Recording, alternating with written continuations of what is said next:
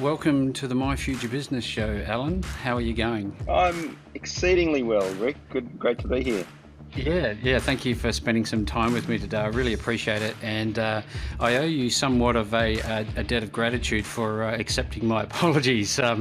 Initially, as you know, I took a fairly angled stance on the book review because I was lacking knowledge. So, and this is part of for anybody who's listening, part of the reason for this call is to actually walk through Alan's best-selling book, the one-page marketing plan. That's what it's called, yeah?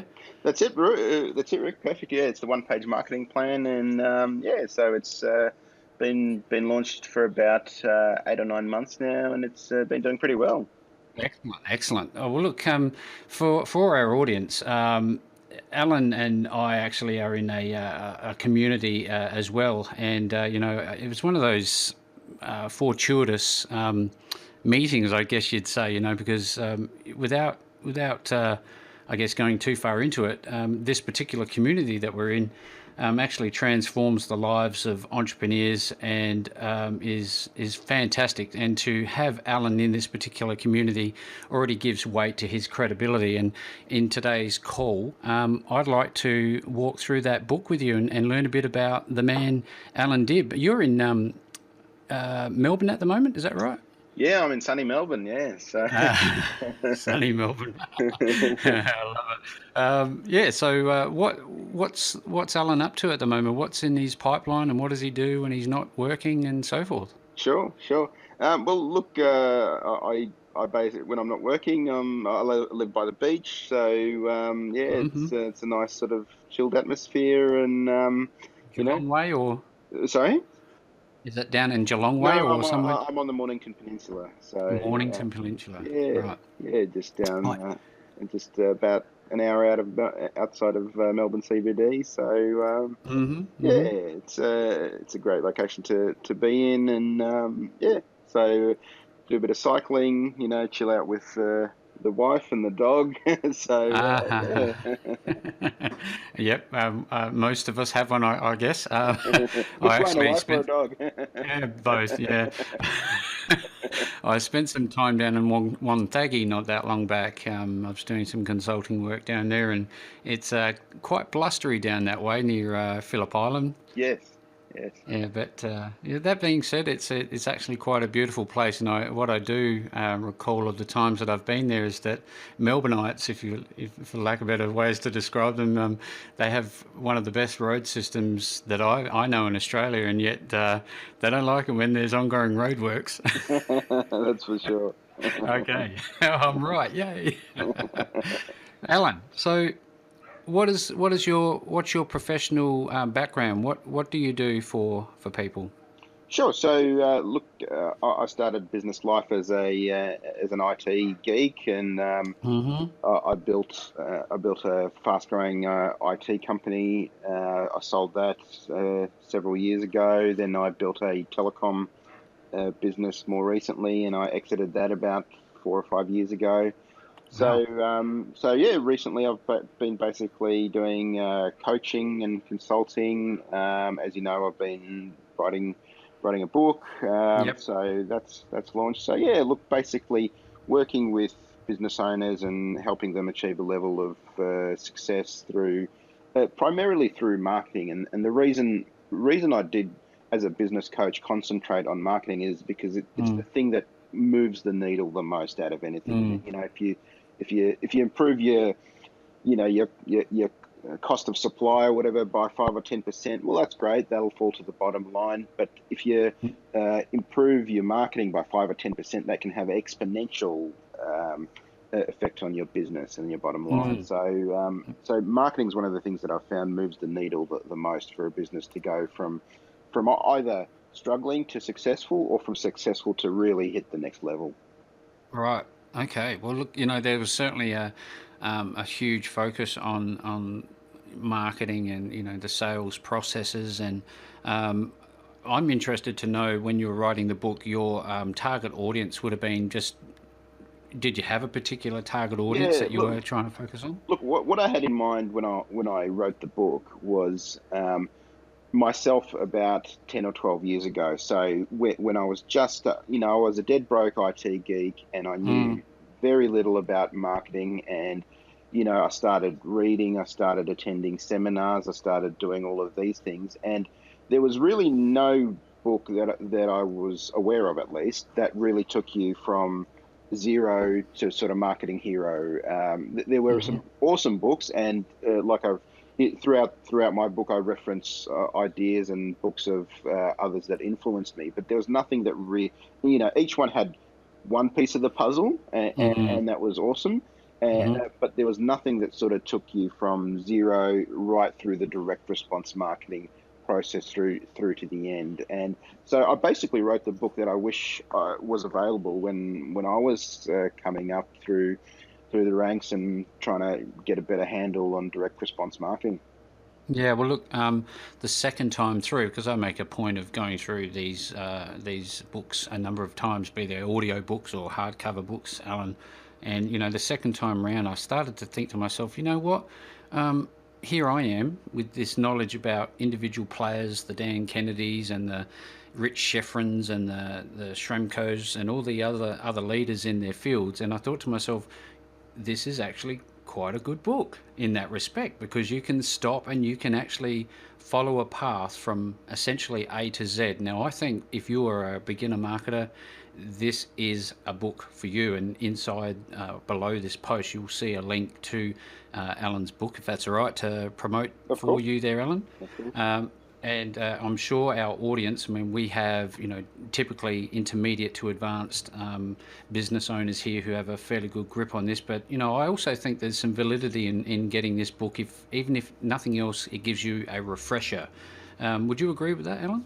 Yeah, absolutely. Look, and very very often, I mean, even somewhere, I've certainly read books where maybe the bulk of the book was nothing new to me, but there was one or two ideas that I was able to Mm. take away and implement, and it made a big difference. And I certainly don't claim that this book is for highly advanced marketers or someone with a lot of experience. It really is done for the business owner, maybe someone who's running an IT company, a law Hmm. firm, or whatever. It's and they just want to start to get a good grip on what to do with marketing, because there's so much rubbish out there, and there's so, Mm. so much, just follow the bright shiny object.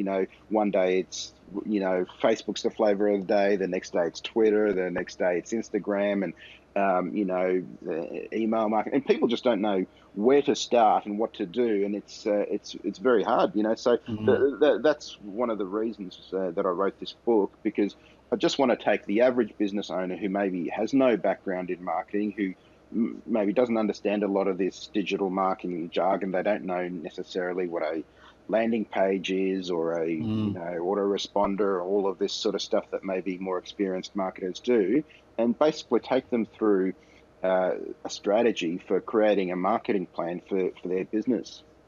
Because I think nowadays, in the 21st century that we live in, it's not a matter of if traditional offline bricks and mortar style businesses will come online, it's when. And I'm assuming your focus is to help some of those types of businesses to transition to the online space. And congratulations to you in that regard. It's a very, very good book to get those creative juices flowing, because like you said earlier, if only we had a book like this available to us in one book rather than 25 different books, it would Yeah. have made our journeys a lot easier, I'm sure. Yeah, and look, I mean, back in the day, it was a case of you paid the yellow pages a truckload of money, and your marketing for the year was done.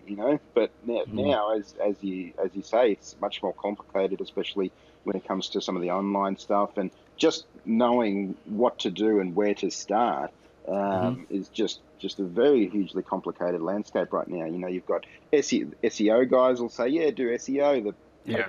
pay per click guys will say do pay per click. The email marketing guys do email, and it's very hard to know what's right for my business and where does it fit in. So that's where we spend a lot, probably the first three chapters of the book discussing, Hmm. okay, let's define some of the strategy before we get into the tactical stuff. Yeah, so this is a very good book to open people's eyes as to the wide world of online marketing. Um, is it one of those things that you could pick up and just try and implement yourself, or what sort of strategies would you recommend for that beginner marketer to try to put their best foot forward and get results quickly? Sure. So look, I would not call this book an online marketing book. I would just call it a marketing book, because Hmm. a lot Hmm. of the strategies I do recommend are offline. Offline has become a lot less crowded than it used to be. It's still very, very good for B2B. So I'd encourage people not to think about online and offline as being different. I mean, they're obviously different, but to start to think Hmm. about just marketing as a whole. And Yeah. and I love helping businesses implement multi-channel marketing. So where you would do something online Hmm. and offline. So you might drive offline. You might have an offline ad that drives people to a landing page, or Hmm. vice versa. You might use sales letters that come in offline, or Yep. any. So the specific, and I go into that in the book, where the specific tactics they come later. Yeah. This is where a lot of people get it wrong. It's like when I'm building a house, I don't just, come in to the empty block and start digging foundations and then, putting bricks just anywhere. You've got to have a Mm. blueprint. You sit down with an architect, and literally, I'm going through this process right now. I'm building a house, and Mm. the first probably 6 months has been spent, sitting down with the architect. Okay, I want the garage to be here. I want the pool to be there. This is basically what I want to achieve. And it was interesting. It was an interesting process, actually, because I walked into the architect's office and I said, I want this and this. I want it to, this bigger garage and all. And he said, whoa, whoa, whoa, hang on. He said, Settle down. settle down, sit Yeah. down. And he said, tell me a bit about your lifestyle. What do you guys do? Do you have children? What sort of thing do you entertain a lot? So, and I thought, isn't that interesting? I walked in and I started talking tactics, whereas Yeah. he wanted, rightly so, to start talking about strategy. Like before we start talking about where to put the pool and the garage and the windows and everything like that. Rightly, he said, "Hang on, let's talk about your lifestyle, the entertainer."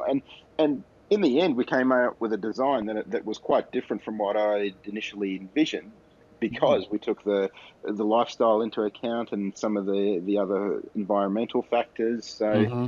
Hmm. so exactly the same with your marketing. I would spend a lot of time basically thinking about, okay, who's my target market? What's my message? What sort of positioning do you want in the market? Do you want to be like a price leader, or do you want to be a someone who's a quality leader in the marketplace? So all of these things will drive Hmm. what sort of tactics we do down the track. So if we hoe straight into the tactics, it's just going to be a mess. Just like if I started just building a house, laying bricks, or digging a foundation without having an architectural blueprint, it's just going to be a mess in the end.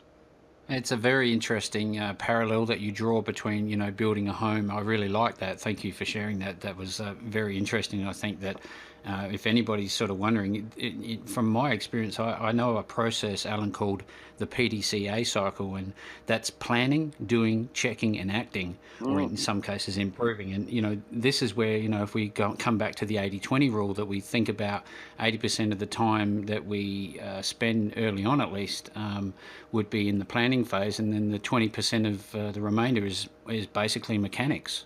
exactly, exactly. I also, when I was reading the book or listening to it, in fact, I really enjoy the lumpy mail part, Yeah.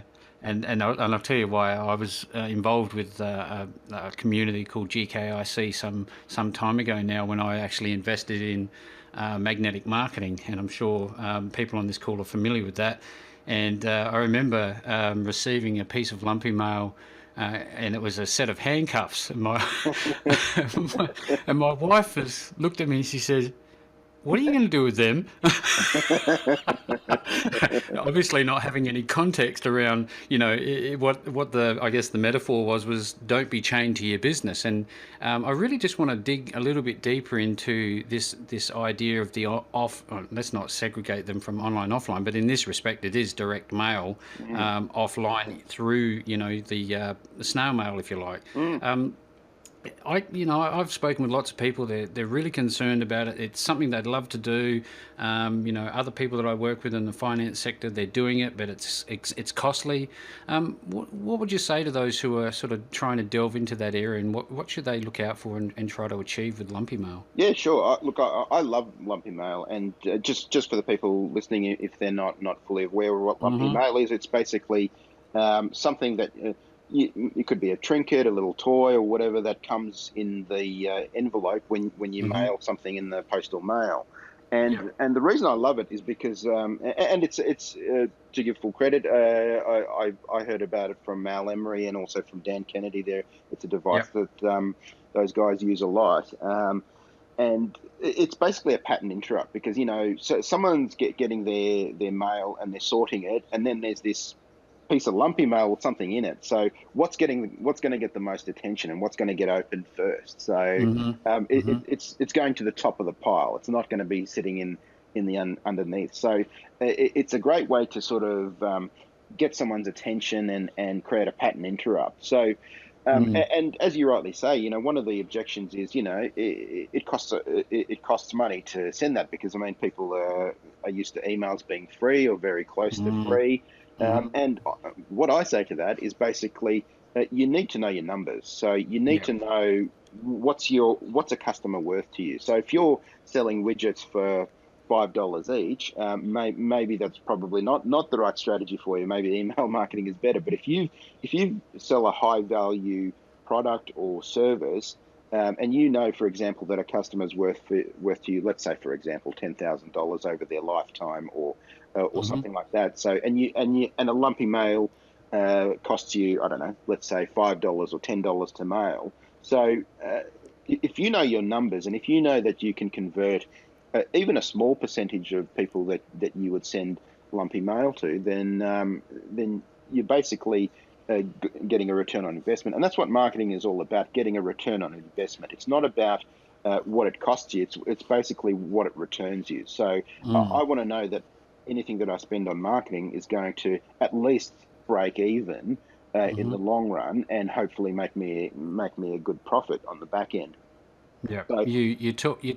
Sorry, I cut you off there. Keep no, going. that's all right. Um, The other thing I would say about lumpy mail is basically you don't. It's not a first piece of cold mail that I would send out either. You would do it with someone who's maybe a bit warmer, maybe someone who's shown interest, someone who you've had a conversation with over the phone or over mhm. email. So it's Yeah. something that basically I think takes a warm relationship and makes Yeah. it hotter. So I wouldn't use it just as a cold device that I'd just send out to everybody as a And scattergun what you're approach. suggesting there is that you could burn a hole in your budget pretty quickly because if you just said, "Look, I'm going to get the distributor to send this lumpy mail, whatever it is, handcuffs, pens, pencils, paper, whatever you choose, to act as that pattern interrupt." If you just send it to a postcode, for example, Yeah, it's very hit and miss, isn't it? exactly, exactly. So you touched on a little earlier something before that I'm keenly interested in. You were talking about knowing your numbers. What are some of the important metrics for a business owner to understand about marketing? Yeah, that's a great question. So there's a few very very key metrics that you really need to know, and it's things like what is the number of leads coming in? What's your Hmm. conversion rate? Hmm. What's a client worth to you? So if a client is if you're going to be spending some amount on marketing, and hopefully you are, you need to know what's a client actually worth to you in the long run. So Hmm. because if I know, for example, let's say I run a plumbing business, and I know that on my first average transaction might be, I don't know, let's say $500, and then but over the lifetime, my average client will spend $5,000 with me. So then I know it's worth spending, a certain amount to get that return over time. So maybe you won't get it. So maybe you won't get it on the first transaction, and you'll go negative or you'll break even. But over time, you're going to get a client that repeats and comes back to you, and you get a return on your marketing investment.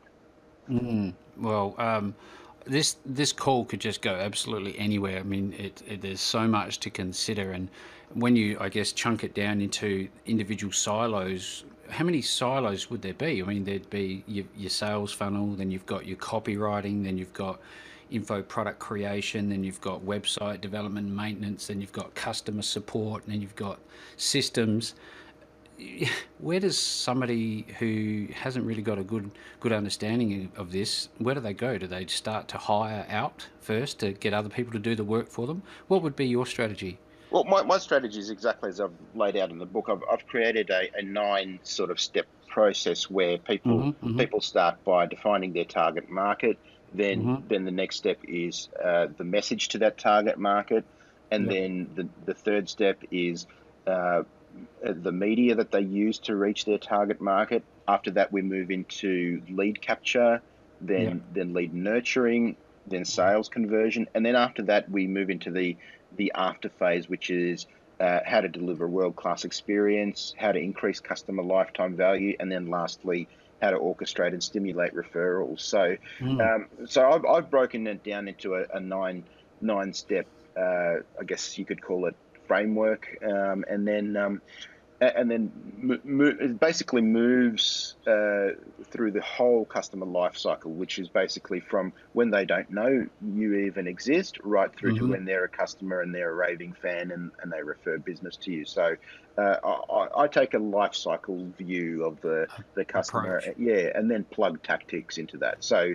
a referral campaign could be something where you send postcards asking for referrals. Whereas lead capture could be something where you've got a landing page and you're capturing email addresses. So I think of strategy the whole way from cold prospect to raving fan, and then I'll plug tactics into that journey.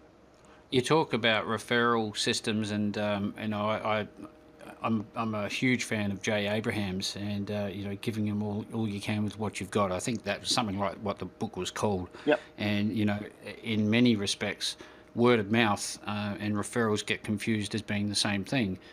What's the difference between just standard word of mouth and having a referral system, and how important is it to have? This is one that really gets a lot of confusion, and I like Dean Jackson's work on this, and I met up with Dean Jackson in Sydney last year, and had a good conversation with him. And well, one of the things that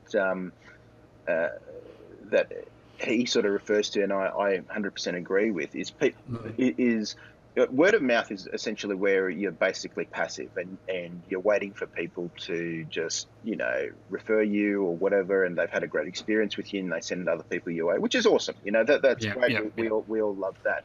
But Love it. But what's even better is having a system in place where you orchestrate these referrals, where you're actively involved in getting people to refer you. And this is where some people get a bit squeamish and uncomfortable. They feel like, look, I don't want to ask for favors and all of this sort of stuff, and I don't want to be seen as begging for business or whatever. And that's absolutely opposite of what I'd recommend as well. I'm certainly not in the camp where you're continually just asking for referrals as a favor. It's really, if you orchestrate the system correctly, it's essentially you doing them a favor. See, because if you think back to the last time that you recommended a restaurant or a movie to a friend of yours, it wasn't to do the restaurant or the movie theater a favor, even though they benefit from that, right? So it was to do your friend a favor, so they have a good time, and it feels, if they have a good time and say, hey Alan, that was a great movie, you referred to me, it was really funny, we took the whole family out and had a good time, you feel good and you look good. So you've done it for yourself and you've done it for your friend, even though financially the movie theater might benefit or the restaurant might benefit. So that's the exact same way that you want to orchestrate referrals uh, with your clients. So, It would seem it would sorry, go seem on. like a bit of a double-edged sword almost, that if you were delivering a below standard or below acceptable experience to your clients, it could work against you as well. So there is a takeaway, I think, inside of there.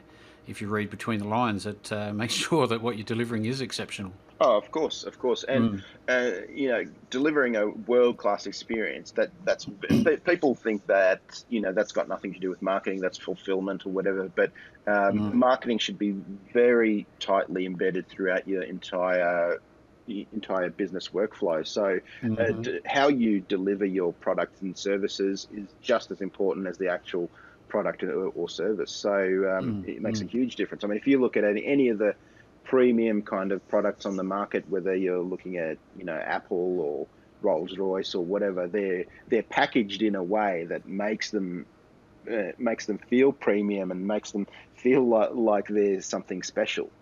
And So you're special. exactly.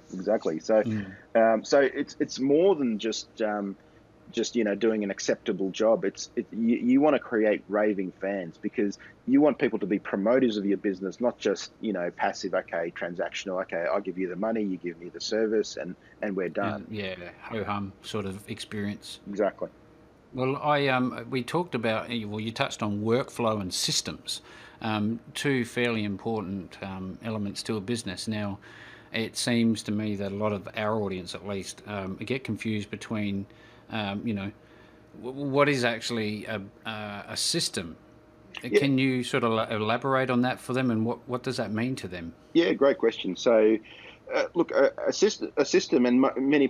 I like to simplify things right down to the core, and Hmm.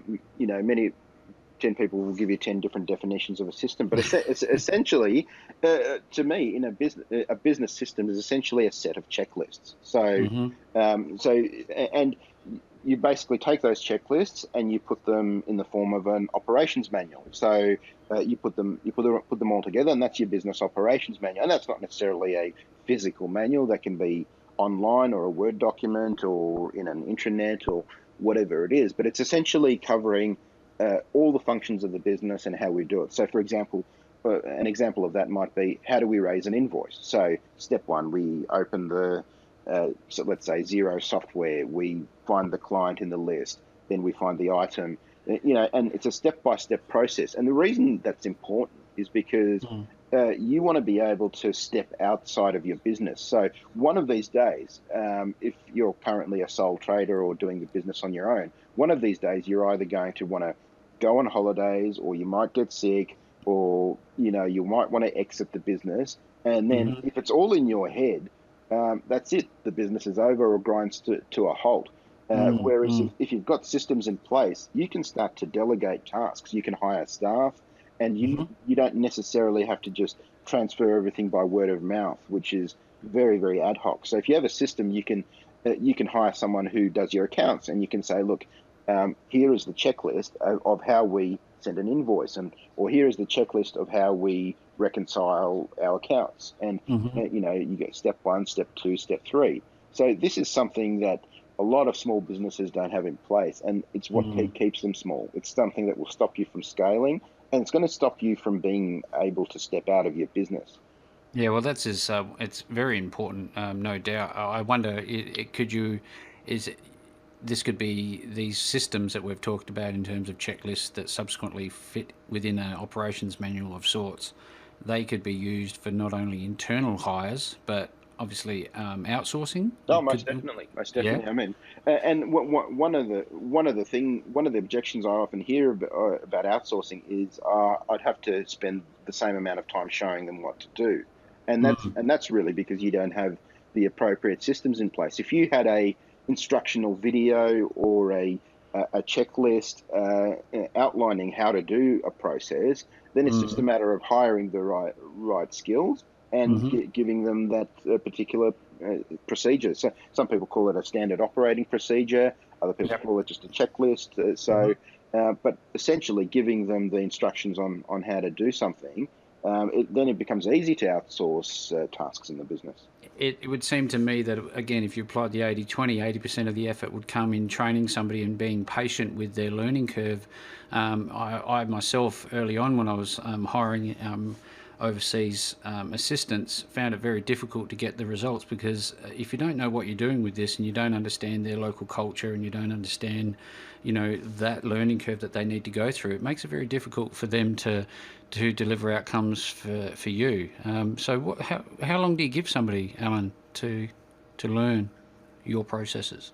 Look, I guess it depends how complex the processes are and what sort of result you're expecting. One of the rules of thumb I like to give with outsourcing is, if someone can do it 80% as good as me or better, then you outsource it. You see, like a lot of people, their objection is, even if I outsource it, it's not going to be done as well as I would do it, and that's probably true. But if again, using 80-20 rule, if someone can do it at least 80% as good as I can, that's good enough, and that frees me up to do other higher level activities. So activities that are highly leverageable, and you can move on to create other sources of income or scaling the business. So entrepreneurs oftentimes are control freaks and want everything to be perfect, and that's understandable. I'm certainly in that boat as well. But letting go is very hard, isn't it? Exactly. Being able to let it go and say, you know what, if it's 80% as good as I would do it, let's just do it. Yeah. Look, Allan, already we've spent a solid half an hour talking about just peripheral stuff, and we've not really taken a deep dive into the world of Allan Dib and the book in any great level of depth. And it would be a great privilege for our audience if we could invite you back to talk further on specific topics in the future. Would that be something we could do? No, it'd be a pleasure. Excellent. Well, look, Allan Dib, where can people find the one-page marketing plan? Where can they find you? Do you have a website they can go to? Sure. My website is successwise.com. That's successwise.com. Or if you Google, if you search on Amazon, either my name, Allan Dib, or the name of the book, The One-Page Marketing Plan, you'll find the book there, and you can get in touch. So That's fantastic. Thank you so much for sharing some time with us today. It's been an absolute pleasure. I've certainly learnt a lot more about you, and it's very important to obviously do that for our audience. And I think we'll wrap up the call for now, and we'll talk again soon. Awesome, Rick. It was a pleasure. Thanks, mate. Bye. Bye.